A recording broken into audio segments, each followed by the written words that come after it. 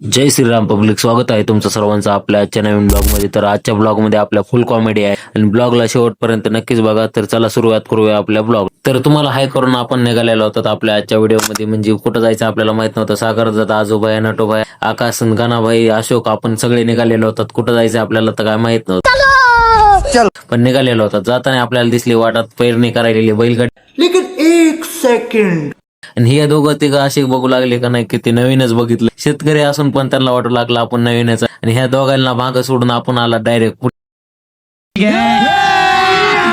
अभी मजा आएगा ना भिड़ो. तर सावधानचा बोर्ड बघून तरी पण आपण पुढे गेलात. आणि पुढे गेल्यावर अशी काही घटना घडली. पे तुम चल रहे हो बेटा, एक दिन पूरी तरह फंसो. भाऊ समोर दिसला ना मग आपल्याला वाघ. तरी पण आपण तिथं दट्ट मन करून आपण बघत बसलेलो. सगळे मागण आम्ही दोघंच पुढे गेलेलो होता तरी पण. आणि ती वाट यायची वाट बघू लागला. तर आपल्याला जायचं होतं तर इथूनच जायचं होतं. कारण आपण उचुली जाएंगे तो आगे से, नाही तर पीछे नाही हटेंगे.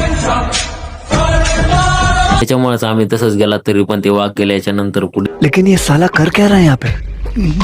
तर मग पाऊसला डायरेक्ट आपल्या मंजिरवर म्हणजेच आपल्या हॉटेलवर एक बसला. तर काय कशाचं टेन्शन आलेलं होतं की डोसक्याला हात लावून हसू लागला. नंतर बघू डिप्रेशन. आपल्याकडे डिप्रेशन वाले माणसं कमी नाही. कौन है ये लोग?